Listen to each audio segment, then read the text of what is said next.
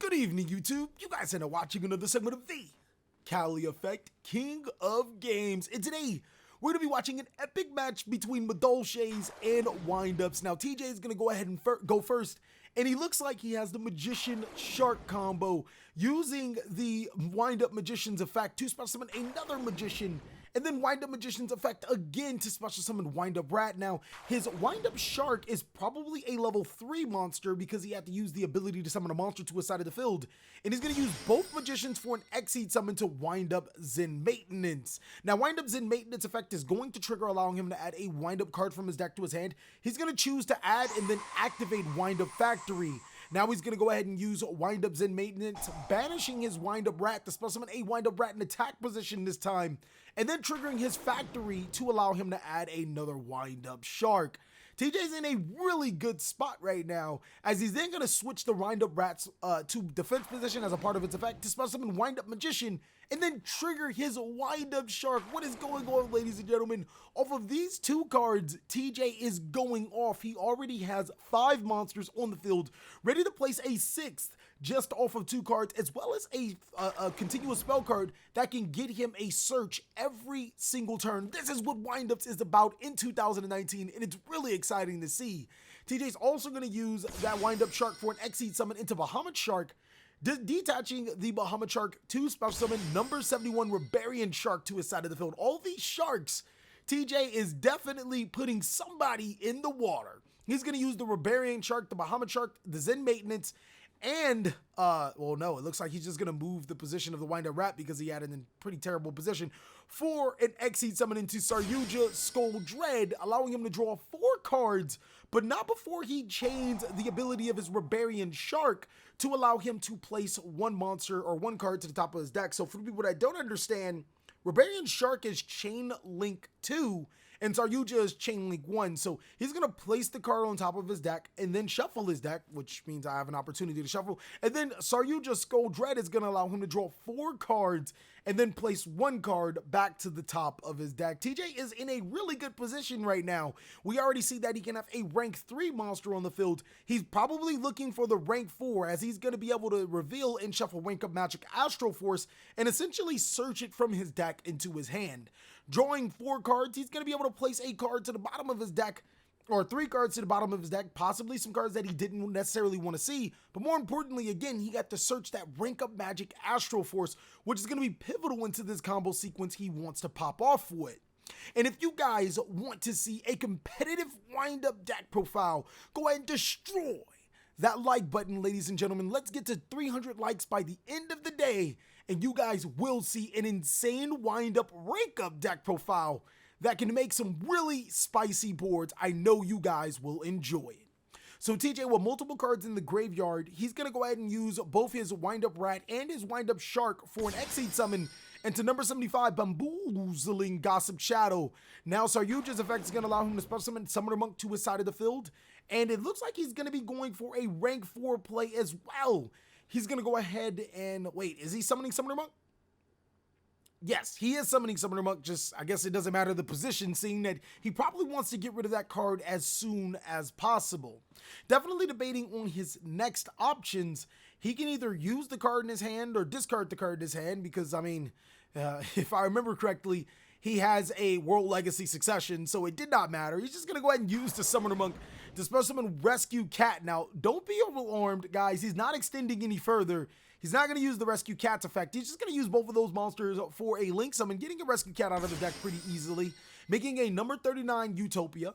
Then he's going to go ahead and make a number S39 Utopia Prime, and he's going to discard the Rank Up Magic Astral Force to make the Utopic Zexal, putting me in a really bad position. Bamboozling Shadow could attach itself for maximum utility to the Utopic Zexal, but he doesn't necessarily need to. It can also negate effects. So TJ is going to use Utopic Zexal on his turn, but I chain the Forbidden Chalice, allowing me to play Yu-Gi-Oh! Now, we do have to worry about the bamboozling that he has on the side of the field, but I have a strong feeling that I really don't care about what he's going to do with that Bamboozling Shadow. I'm going to go ahead and special summon Madolche, putting Sasor to my side of the field, using its ability to summon a Madolche monster from my deck to my side of the field. TJ's going to chain Ghost Ogre and Snow Rabbit, and I'm like, okay.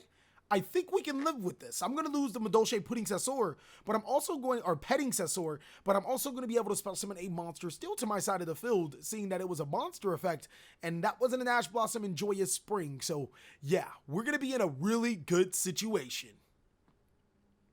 I'm going to go ahead and special summon Madolche Pudding Cess to my side of the field, and she is going to be a level 4 monster due to Petting Sessor's effect. Now, I'm completely locked out of summoning any other monsters from my deck to my side of the field, or special summoning any monsters, period, as they have, unless they're Madolche monsters. My apologies. They have to be Madolche monsters.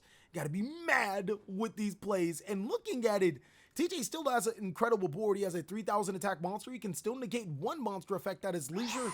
And he also has the ability to have a huge monster until you just Skull Dread. Now, here's where a little bit of a misplay does come into fray.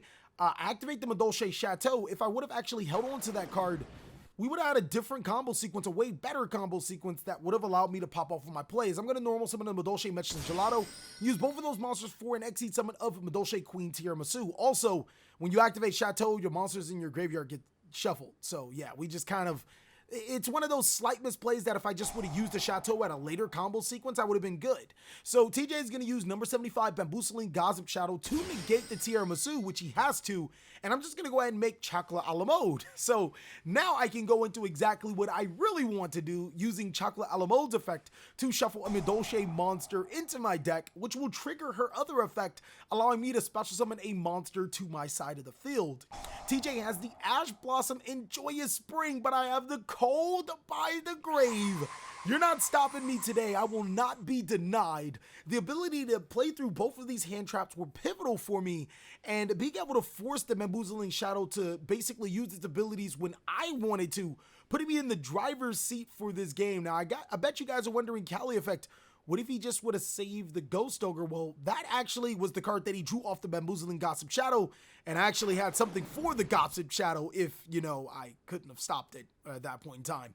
I'm going to go ahead and special summon Madolche Hoot Cake to my side of the field due to the effect of Chocolate a la mode, and then banish the Petting Sessor, banishing the Tiramisu to special summon another monster to my side of the field. I'm going to special summon Madolche Gelato, and then gain the ability of Gelato to add a spell card from my deck to my hand, as long as it's a Madolche card.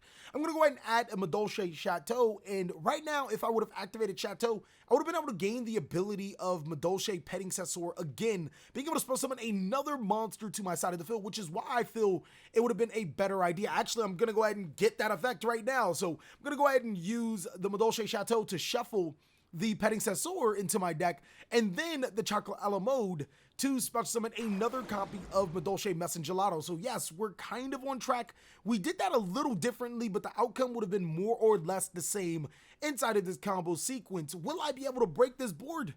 The answer is very much so. I'm going to go ahead and contemplate on my next move. It's pretty simple, actually, using the Chocolate a la mode and the Madolche Hoot Cake for a link summon into the Madolche Fresh to Start. And now I have the ability to pop off with some more plays. I actually should have used the, if I would have kept the Chateau, I wouldn't have had to search the Chateau. I could have searched the ticket now that I think about it. And then the Madolche Queen Tiramisu would have had more value. Detaching one material from the Gelato to return 2 cards from my graveyard into my deck this time. I don't want any of these cards to my hand. I don't need them in my hand. But even more importantly, I'm going to go ahead and be able to break TJ's board. On first thought, thinking about the Saryuja and the number S0, it's number S0, Utopic Future. And now I'm thinking about what's going to be my real play. I don't need the Bamboozling Gossip Shadow. I'm going to go ahead and read it. Do I really want to read this card? No, I'm going to go ahead and read the S39, not the Bamboozling. Trying to figure out what's going on, and actually its effects negated. It's a 400 attack monster. I'm not even going to bother even targeting or using that card to return for Tiramisu. So I'm going to go ahead and return the Factory and the Saryuja this time. His monster is no threat. I'm able to break TJ's board, all with the Madolche cards that I have in my utility. Fresh to Start attacking over the S0, and the Tiramisu attacking into the Bamboozling. Now, again, I felt like I could have done that combo sequence a little bit better and possibly went for 2 Tiramisu's and swung for what would have been a huge amount of damage. Not necessarily game just yet, but an insane amount of damage. I'm going to set a card face down and pass my turn to TJ. And he's going to have an opportunity to pop off because he does top deck a card inside of Wind-Up Rat. He's going to use that ability to spell summon a monster from his graveyard to his side of the field, and TJ's back in the driver's seat. He can make a play, but let me show you why it didn't matter if TJ used the Ghost Ogre or Snow Rabbit or not. I had the Forbidden Chalice, allowing me to negate the Wind-Up Rat and effectively winning me this game. Madolches are insane, a going second deck, so I'm going to go second as many times as possible and break TJ's board. He's going to go ahead and activate Wind-Up Factory, normal summon Wind-Up Magician, and then you double summon two specials, or to gain another normal summon of Rescue Cat. Now, TJ's now going to use that Rescue Cat's ability to special summon two monsters from his deck to his side of the field. They have to be beast though. Fortunately for him, both Wind-Up Dog and Wind-Up Rat are beast monsters, so you can summon both of those monsters to your side of the field and be able to gain some effects. He's going to attempt to activate Wind-Up Dog, but its effects are negated. He can still activate it, triggering the effect of his Wind-Up Magician and also allowing him to get the effects of Wind-Up Factory. Just for you players to know, you can still activate monsters' effects even if they are negated, which will trigger some of your Wind-Up monsters' effects. He's going to special summon another Wind-Up Magician to his side of the field, and then he's going to go ahead and use the, oh, well, no, looks like he's just trying to figure out those zones he wants. You don't want the zones pointing to where the Zenmaikon is. He's also going to add a Wind-Up Shark to his hand. Using both the dog and the rat for a link summon, Wind-Up Rat's effect is negated, so leaving it on the field wouldn't have helped really too much. He's going to make Wind-Up Zen Maintenance using its ability to search a Wind-Up monster from his deck to his hand. He's going to go ahead and search the Wind-Up Shark and then trigger his second Wind-Up Magician to special summon a monster to his side of the field. That monster is going to be a Wind-Up Rat. So yeah, TJ is in insanely good positions, allowing himself to do so many things, using the Zen Maintenance to banish the defense position. Wind-Up Rat can activate its effect in defense position, but he can also just summon a Wind-Up Rat in attack position due to Zen Maintenance's effect. Wind-Up Rat can then activate its effect, but I think he's going to special summon a Wind-Up Shark to his side of the field. Wind-Up Shark, two of them, and allowing him to use those monsters for an Exceed summon into his BAHANUT Shark. Now, BAHANUT Shark is going to detach a material. He's going to get number 71 back to his side of the field. Whoa. Wind-Up Shark, to BAHANUT Shark, to number 71, Rebarian Shark, Okay, that was terrible. And then he's going to use those monsters into a Saryuja Scold Red. This is literally just proving that this Wind-Up deck has so many ways to pop off with this Utopic F-Zero combo. And there are some pretty good combos outside of the Utopic X-Zero combo that this deck does have in its arsenal. So if you guys want to see that Wind-Up deck profile, make sure you get this video to 300 likes, because I'm telling you, this deck is really fun to play. It's insanely powerful, and it can do things that Wind-Ups couldn't do in the past, especially with Wind-Up Magician at 3. He's going to return 3 cards to the bottom of his deck. We know he's going to search that that rank up magic, and then he's going to use that Monster Reborn for another extender, switching the Wind-Up Rat to defense to special summon a Wind-Up Shark. Both of those monsters, I'm pretty sure, are going to be level 3, because he's going to use both of those monsters for an Exceed summon into Baboozling Gossip Shadow. So now he's going to use the final 2 monsters for the Exceed summon, of course, into the Utopia package, starting off with number 39, Utopia Prime, and then discarding the Astral Force to make number S0, Utopic Zexal, and then passing his turn. This game, unless I have a Infinite Impermanence or Forbidden Chalice, it's not a good position, or even a Cyframe Gear Gamma, something to stop that Utopic Zexal's effect. In this situation, I don't. So I'm going to go ahead and have to try to play the long game, setting a monster face down in defense and then passing my turn, giving it right back to TJ. He essentially ended my turn. He's going to activate Desires, and I'm like, look, you've never seen someone scoop to a pot of Desires, but you are going to be today on the TheCaliEffect. So, of course, me losing the game, I still want to go second in this Madolche deck. TJ is going to activate Wind-Up Factory and then normal summon Wind-Up Rat to his side of the field and then chain Wind-Up Shark. Being able to gain the abilities of his Wind-Up Factory, he's going to add another Wind-Up Shark from his deck to his hand. Now he's going to use, both of those monsters for a link summon, as we would all suppose. He doesn't want to make number 75 Bamboozling Gossip Shadow with those two. He's going to make Wind-Up Zen Maintenance, and now he's going to be able to use Zen Maintenance's effect to allow him to add a Wind-Up card from his deck to his hand. This deck is like insanely good. It can literally make the same board with multiple variations of a card. Now you're going to see literally no wind-up shark, no wind-up magician, just wind-up rat and wind-up shark in a factory to get exactly what he needs to start to pop off. Or, you know, basically it really depends on your hand sequence, but more often than not, or a lot of times, you can still make a myriad of combos. TJ's is going to opt for one of the more stronger combos inside of this deck.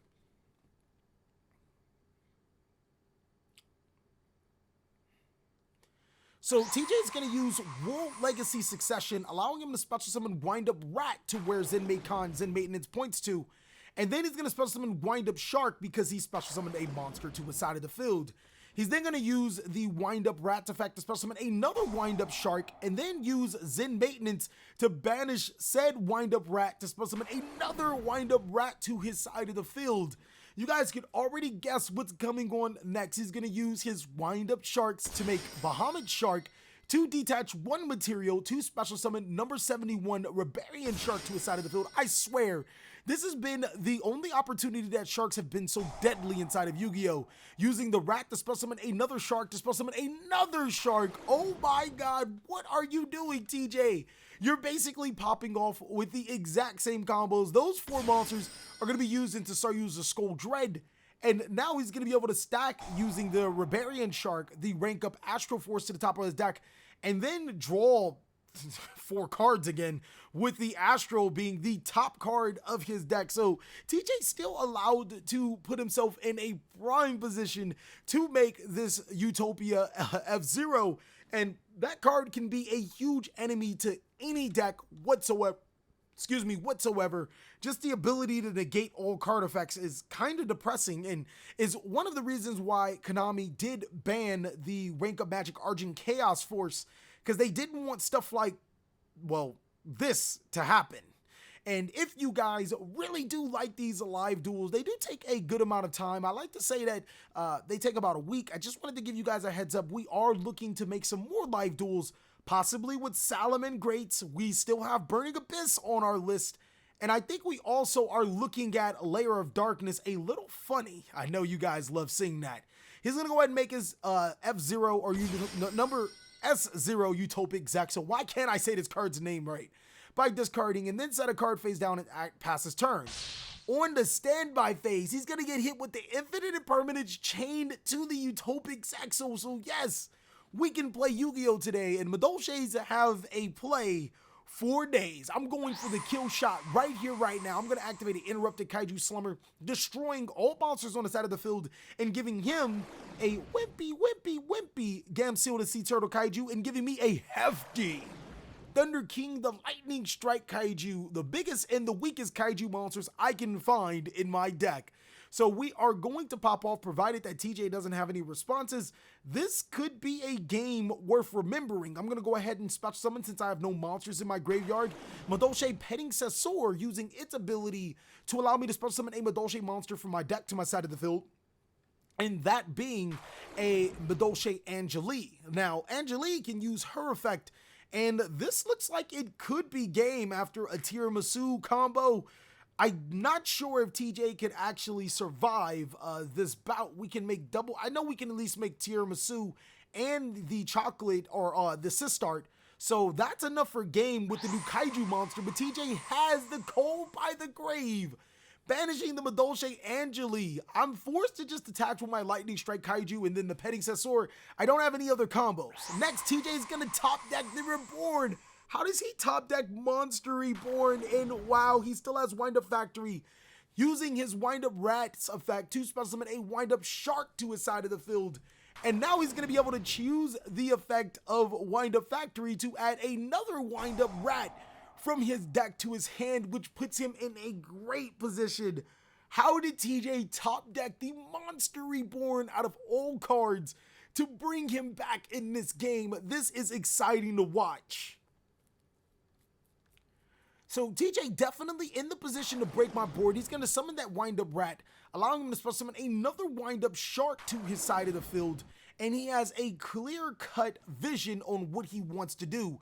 Or maybe not, because it looks like he's using Rat and Shark for link material. But that's not what you want to do. He wants to use both Rats for a link material into his second copy of Wind-Up Zen Maintenance. Maintenance is going to allow him to get another Wind-Up Factory for his deck to his hand to get him a little bit more leeway. He's going to use that Wind-Up Factory and then use Wind-Up Shark to increase its level by 1 to allow him to add a Wind-Up Magician from his deck to his hand. And since both monsters are level 5, it looks like he can make a huge Exceed play if he so chooses to. And I think that's the only option. Those two monsters are going to be used for an Exceed summon into number 61 Volcasaurus, which allows him to destroy a monster and inflict a huge amount of damage to my life points. I didn't want to take that 3,300 damage from destroying my Lightning Strike Kaiju, but it looks like I have no choice. TJ's then going to summon an old school Gaia Thunder Charger on top of his Volcasaurus, allowing him to attack for even more damage, effectively putting me down to 1,700. And I'm going to have to shuffle that Petting Sessor back into my deck. TJ has a great board. It looks like he's taking control of the game, putting me down to a meager 1,700 life points. How am I going to be able to basically break TJ's board? It's in not a great position, ladies and gentlemen. So TJ's going to go ahead and hand my deck back, hoping I don't draw what I need, but little does he know, I have a pretty... It's not the greatest. I actually drew the Madolche Pudding Cess, so he kind of got away with murder right now, because if I didn't draw that Madolche Pudding Cess, then man, I think I would have had game. He only has 5,500 life points, so yes, I would have had that kill shot. Yet again, being able to just summon a myriad of Madolche monsters to my side of the field and control the tempo of the game. But unfortunately, I have that Pudding Cess in my hand. I'm going to normal summon the Mew Philly to special summon the Hoot Cake to banish the Lightning Strike Kaiju. And unfortunately, I don't have the ability to summon the Petting Sessor. Like, I could summon it, but I didn't think it would have gotten the value that I needed. I'm going to go ahead and get the Madolche ticket and then activate the Madolche ticket. It looks like I'm trying to get into a different sequence. Actually, if I would have used those two for assist start, then those two monsters... No, because any level 4 monster I would have summoned would have been level 3. So I couldn't have summoned the Petting Sessor. I needed the princess out of my hand for her to be a level 4. No, I could have summoned Angeli. So no, it looks like we made a little bit of a mistake. We could have summoned Angeli to summon the level 4, and we could have got rid of his board. Could we have not? Was this a misplay, ladies and gentlemen? Let us know down below in the comment section. I'm going to use both of those level 3 monsters for a link summon into Madolche Fresh to start, and then I'm going to go ahead and use the Madolche Chateau, shuffling all my monsters into my graveyard to my deck, and then triggering the effect of Madolche Ticket since I have a fairy monster. There has to be a good reason why I didn't summon Petting Sessor, and I can't think about it right now. But I'm very confident that there is a reason why I just went into that play. Because as you guys are seeing it, I'm like, why didn't you do this? But there's a reason. There's always a reason for everything. Unfortunately, I don't have any way. Oh, I actually do remember. The Petting Sessor's effect states that you can't activate cards or you can't summon this card if you have monsters in the graveyard. And I was thinking that you couldn't use any of its effects if you had the monsters in the graveyard. I do remember that. So I'm going to special summon Madolche Queen Tiramisu. And both of my monsters are just stronger than his, so I'm going to attack over it. I think that we would have had game if I recognized the Petting Sessor would have actually just special summoned the monster. It's only the summon effect that needs no monsters in the graveyard. TJ top deck the Miracle. He has the Wind-Up Magician, and now he has the Zen Malfunction to special summon the Wind-Up Shark. Keep in mind, the Shark effect is negated, but that's not stopping him from activating its effects. He's going to activate its effects and then trigger the effect of his Wind-Up Magician and his Wind-Up Factories to search 2 dogs from his deck to his hand, and then also being able to special summon a Wind-Up dog to his side of the field. Now, this doesn't look like a great board, does it not? Well, Wind-Ups are really good at link climbing. So he's going to use both of his monsters, his shark and his dog, for a link summon into Nightmare Cerberus, discarding one of the dogs that he added from his deck to his hand to destroy my Tiramisu, and then the Magician and the Cerberus to special summon the Nightmare Unicorne. And this game is TJ's, all capitalizing on what might have been a mistake, or actually is a mistake. He's gonna go ahead and win this game. Thank you guys so much for watching another segment of the TheCaliEffect. I really hope you guys enjoyed this video. If you did, go ahead and give this video a like, and if you didn't, let us know what we could do to be better. Please like, comment, subscribe, but most of all, enjoy. I hope you guys are having a great day like I am.